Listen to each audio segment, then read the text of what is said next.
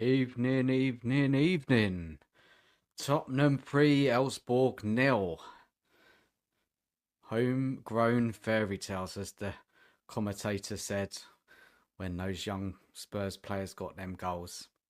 Look, the game, it was a bad game, wasn't it, up until that first goal in 70 minutes from Scarlett. But look, let's talk about these young players, homegrown players who scored today, and it was really good to see. First goal from Scarlett, ball in from Kulu, good cross, and he took his header well. Scarlett, he's never really got going at Tottenham, has he? Feels like he's been around for yonks. But he came on today and he got that goal, which was really needed because it didn't look like we were going to score up until that point.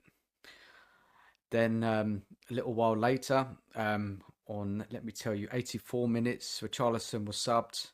And let me get his name right. It's Adoma Ajay came on, 19 years old, making his home debut. He came in running around the box, one give and go with Scarlett, and a great finish. And this is what you want to see as Spurs fans. So that was a really good goal as well. And we haven't seen enough of that from our first team players this season.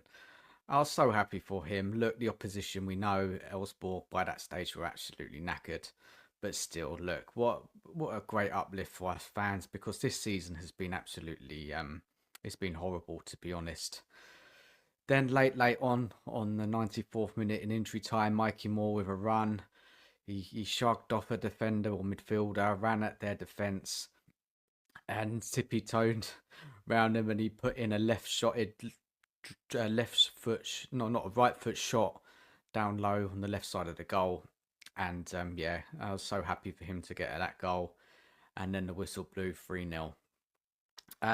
Look, three homegrown players scoring. That was it today. It's great to see. Obviously, our first team players didn't offer much, but there you go. Will we see these young players much for the rest of the season? Who knows? Who knows? But look, some great moments for them three, and yeah, you got, it did put a smile on my face. I've got to be honest, it did. As I said, the season there's not been many of those type of moments. So look, let's get into the match now. Let's start off with the lineups. We started off with Austin in goal, Devin Davis left back, Van der Ven made his return after being out injured for quite some time. There's a lot of talk about people a bit worried that should he even started, or maybe should have come on in the second half, but he started. He was up with Gray playing centre back, and then Porro on the right. We had Bergvall, Benson, Corsar, Son, Richarlison, and Moore, our forward line. Now, the game, for me, we didn't actually start off like barnstorming attack against Elfsborg. We were we were trying. It was all a bit scrappy.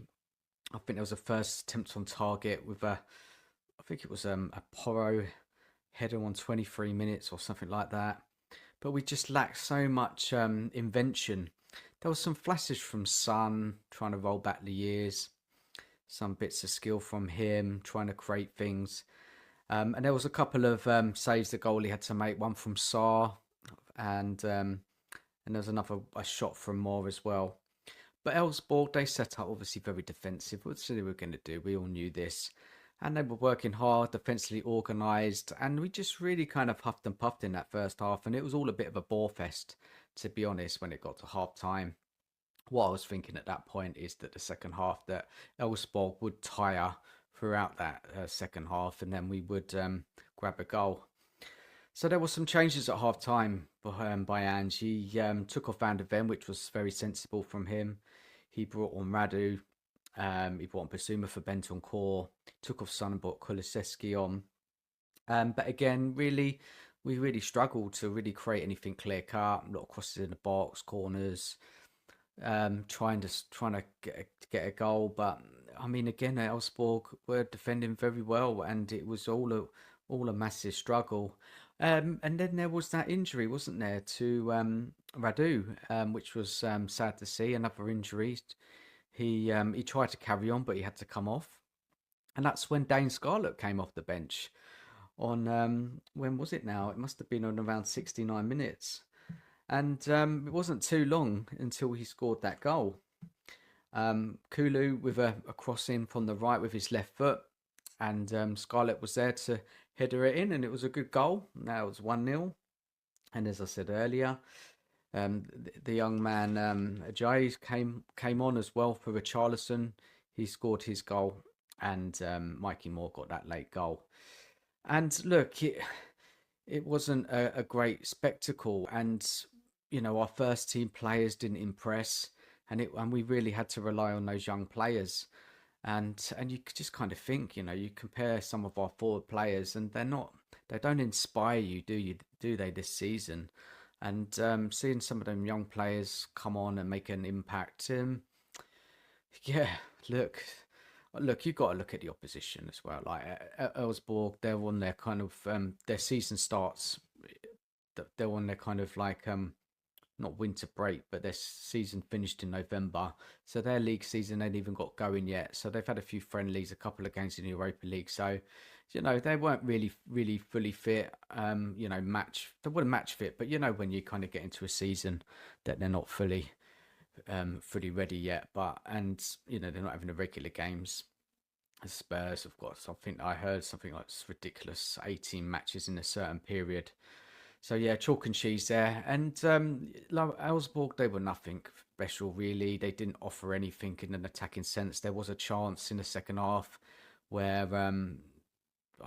it was a bit of like a mess around in a box, but it was like a chance that went well over the bar. But other than that, they didn't offer anything in an attacking sense. They defended well, but we again, as I said, lacked a lot of invention, and it was just a lot of huff and puff. And this is what it is with Spurs. We really do struggle to beat the low block. We could face any team in the world, we'd struggle. We saw it against Tamworth. We've seen it so many times this season. Ipswich at home. The low block doesn't matter what team, as long as the team is set up and organised right. Five across the back. The midfielders in front of the defence, not giving us any space. And this has just been an ongoing theme all season. Obviously, we got the result. We got the 3 points, which means that we are now through automatically into the next round of the Europa League. We don't have to play that tricky playoff game. So that starts again in March. So look, job done tonight. Wasn't pretty at times, but we are through into the next round. And there's something, because the two cups, we're likely to go out the Carabao and the FA Cup. So that's kind of something to keep an eye on when it comes to March. League, as I said earlier in the video, we're not doing anything in that league other than trying to pull away from that relegation zone. So look, Europa is the only kind of small chance that we have of any kind of success this season. And like I've been saying, hopefully it won't be Ange who's managing that second part of the competition.